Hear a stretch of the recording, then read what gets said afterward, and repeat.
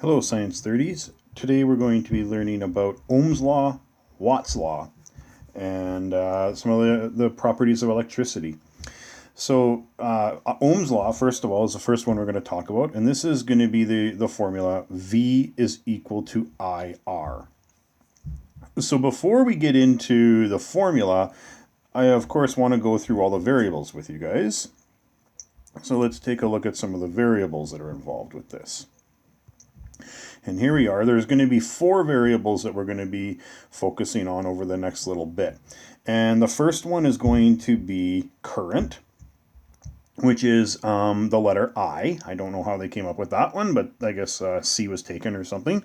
And current is going to equal to the flow of charge. And current is measured in the units of amps, which is a coulomb per second. So you remember coulombs from the electrical fields from a couple weeks ago. The next variable we have is resistance, which is capital R, and that is going to a resistor is anything that is going to resist or halt the flow of charge, and that is measured in ohms. And so resistance could be a light bulb. Resistance could be an actual just resistor. Anything that's going to resist or halt the flow of charge will be a resistor. Power is next. With power is pretty easy. That's the rate of energy. And that's measured in watts, which is a joule per second. And the last one, perhaps the trickiest one, is voltage. And voltage is going to be the push or the energy of the charge. So that's not the easiest thing to understand.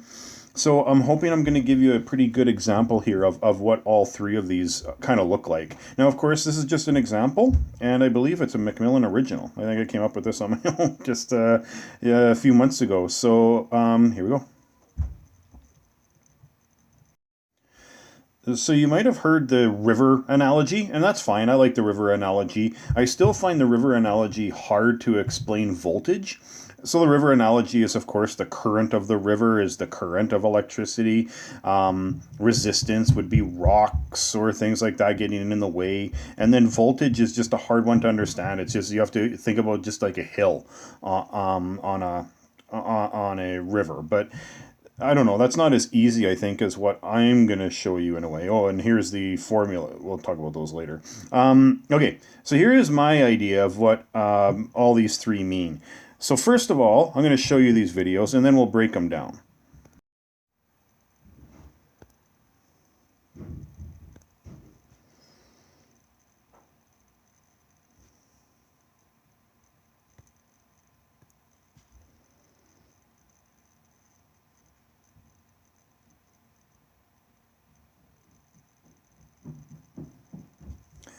Okay, so we've got two different things that are happening in this video, obviously.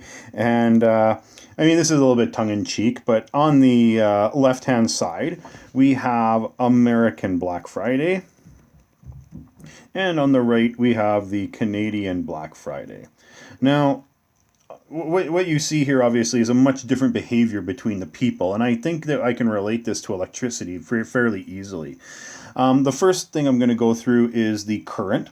So the current is going to be the number of people that are going through the door at any one second. And so that means obviously that the current on the American side is a lot higher than the current on the Canadian side. The second thing that we can talk about that's really easy here is the resistance. I think it would be very easy to understand resistance because you can just imagine that door for the American side being a lot smaller. If that door was a lot smaller, that would mean that less people would be getting through every single second. And so you see the resistance current relationship there. Alternatively, if you made that door a lot bigger, a lot more people would get in right away. Now, the trickiest one in a way that I've said before was the voltage. And we said voltage was the push or energy of the charge. So in this example here, I would say that voltage is how badly do those people want to get in? How badly do those people want to get into that store? And obviously the voltage on the American side is much higher than the Canadian side. And so you have that push. Those people just want to get in through that door so badly. Whereas on the Canadian side, they're all lined up in single file. They're entering with big smiles, getting cheered as they walk in the door. So, you know, you got a lot less voltage, a lot less energy for those people wanting to get in. So I hope that I hope that makes a little bit more sense to you as to what voltage is. And you know, and we'll go through now some examples of that. Before we go through examples of that, actually, we're going to take a look at the difference between AC and DC. This is just going to be a very, very quick overview of these two.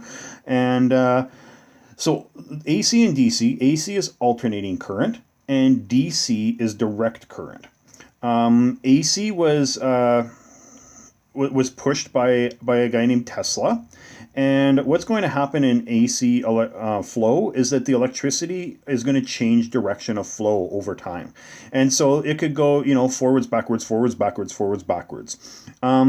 This is used in in pretty much all power lines. And most generators are going to produce AC current. You can get DC generators, but they're very expensive from what I understand. And also the plugins in your house. So when you plug something into your walls, you are using AC electricity that's going into that device. Direct current electricity is going to flow in one direction only. And so batteries are the best example of this. Batteries are going to be an example of DC electricity. Now, one interesting thing, just before we move on to the example here, is that if you take a look at DC power, every single electronic device almost that you use, so what I'm talking about there is computers and things like that, they require DC power. But then we talked about how the power coming into your house is AC. Well, that's why you have that big box. You plug a laptop in, you have the plug-in, then you have that big box between the plug-in and the device. That big box is actually changing the AC current into DC so that your computer can use it. Okay, and so what we're going to do now is go through some examples of Ohm's law. I'll make another video showing a bunch more examples. So these are the two examples I wanted to show today, or in this video, I mean. And here we are. So what we have is these are both Ohm's law examples. And we're going to first of all, before we even get into the formula, there's a question we need to answer right away off the bat. So first of all, a headlight in an automobile draws a current of 5.0 amps from the car's 12.0 volt battery. So the first question is the current passing through the headlight AC or DC? Well, again, since it is a battery, the charge is going to be, the current is going to be DC. It's going to be a direct current, so that means it's going to flow from the positive to negative end of the battery. Okay, and that's it. It just goes in one direction. The next question, we'll do A right away as well. Okay, and then we'll get into the actual question. A light bulb in a typical lamp is connected to the 120 volt wall outlet. When the bulb is operating, it has a resistance of 240 ohms. Is the current passing through the bulb AC or DC? So because this is plugged into an outlet, it is going to get AC power. A bulb can work on AC or DC. It doesn't really matter. It could be working on a battery or it could be working on alternating. There is no difference to a light bulb. Okay, so let's get into the actual work that needs to be done here now. And so for B, we are going to be determining the resistance.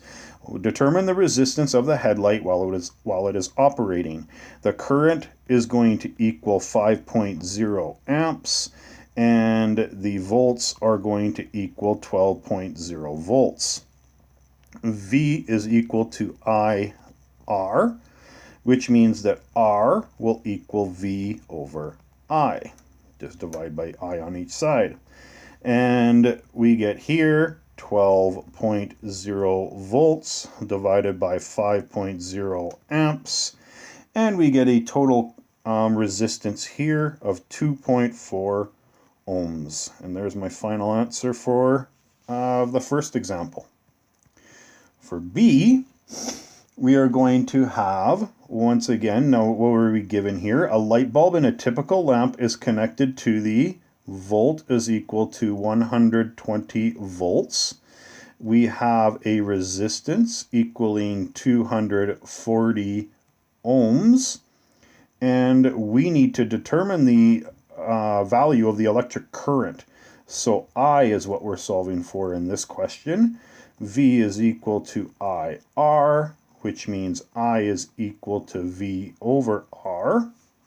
Divide by R on each side, and we get 120 volts divided by 240 ohms, and that is going to equal 0.500 amps. And there we are. And that's how you're going to use the first formula that we're going to talk about in this unit.